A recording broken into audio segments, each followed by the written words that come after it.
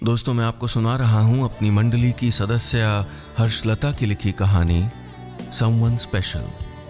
इस कहानी में अब तक आपने सुना माया और रवि का 4 साल का बेटा रिशु ऑटिस्टिक है।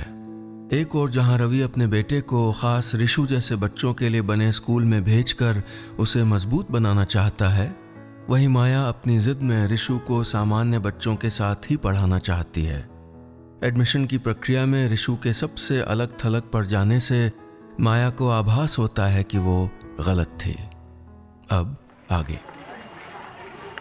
हॉल में जो भी जैसे भी घटा, उसके बाद रवि से नजरें मिला पाने की हिम्मत नहीं थी माया में। समझ नहीं पा रही थी कि उससे कैसे कहेगी कि हर तरह का जोर लगा देने के बावजूद वो कुछ भी हासिल नहीं कर पाई। माया के साथ ही हॉल से बाहर निकला रिशु प्लेग्राउंड के किनारे सीमेंट की बेंच पर कुछ सूखी पत्तियों से घिरा बैठा धीरे धीरे सर हिलाते हुए मुस्कुरा रहा था, हार जीत के हिसाब से परे। रवि और रिशु माया का इंतजार कर ही रहे थे कि रवि के परिचित की पत्नी उनको ढूंढती हुई आ गई। हाँ जी भाई साहब, हो गया इंटरेक्शन? आप लोग फिक्र मत करिए, सब मैनेज हो जाएगा, मैं बात करती हूँ ना मैडम से। रवि थोड़ा हैरान हुआ। मतलब? उन्होंने जवाब दिया, सुनिए ना, आपका वाइफ बेशी परेशान है, मुझको भी कॉल लगाया 2-3 बार लास्ट वीक। बोल रही थी बेटा का तबीयत थोड़ा ऊपर नीचे हो सकता है। मैंने बात कर लिया है, प्रिंसिपल मैडम करेंगी कंसिडर। आप लोग तब तक ये फॉर्म वगैरह फिल कर दीजिए, मैं फीस बुक का इंतज़ाम करवाती हूँ। रवि की ओर बढ़ रही माया ने ये बातचीत सुनकर अंदाज़ा लगा लिया था कि रिशु को दाखिला मिलने में ज़्यादा दिक्कत होने वाली नहीं थी।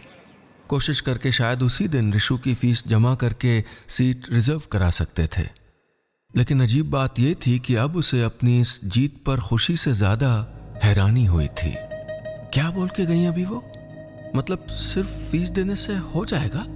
पता है अंदर क्या हुआ था? हमारे रिशु की तरफ टीचर ने एक बार देखा तक नहीं था। पूरे हॉल में अकेला एक कोने में चक्कर काट रहा था वो। इंटरेक्शन नहीं था। कहते कहते माया का गला भर आया। रिजेक्शन था। दोस्तों, उम्मीद है आपको कहानी पसंद आ रही होगी। इस सेगमेंट के एंड में ऊपर एक विंडो दिखेगी जिसको दबाकर आप सीधे अगला सेगमेंट सुन सकते हैं। और हाँ, अगर अपनी बात मुझ तक पहुंचाना चाहते हैं तो फेसबुक या इंस्टाग्राम पर हमारे ऑफिशियल पेज पर आइए, यूट्यूब पर हमारे ऑफिशियल चैनल पर आइए। तीनों जगह आप टाइप करिएगा नीलेश मिश्रा, NEELESHMISRA। साथ में वेरिफिकेशन का ब्लू टिक भी मिलेगा, जिससे आप जान पाएंगे कि यही असली पेज या चैनल है। और हाँ, अगर आप ट्विटर पर हैं तो मेरा हैंडल है नीलेश मिश्रा।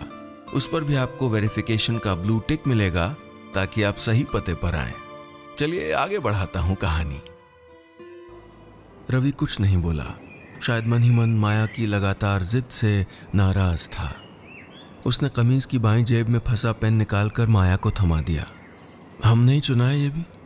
खैर, मैं गाड़ी से चेकबुक ले आता हूँ, तुम फॉर्म भर लो तब तक। रवि के लौटने पर माया ने भरा हुआ फॉर्म उसे पकड़ा दिया। प्रिंसिपल के ऑफिस की ओर बढ़ते बढ़ते रवि ने हाथ में लिया फॉर्म पढ़ना शुरू किया। बच्चे का नाम रिशु कपूर, उम्र 4 साल। स्कूल से अपेक्षा सिर्फ इतनी कि बच्चे एक दूसरे के आगे पीछे नहीं बल्कि साथ साथ चलें बढ़ें। बच्चे का मेडिकल रिकॉर्ड सामान्य नहीं है, बल्कि सामान्य से कहीं कहीं ज्यादा खूबसूरत है। फॉर्म के नीचे माया ने एक नोट लिख छोड़ा था।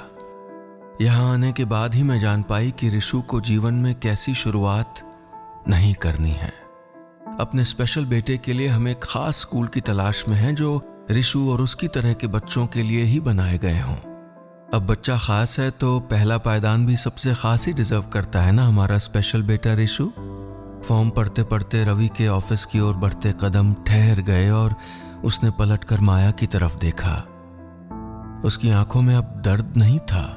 रिशु के लिए एक सबसे स्पेशल शुरुआत कर पाने का मजबूत इरादा था।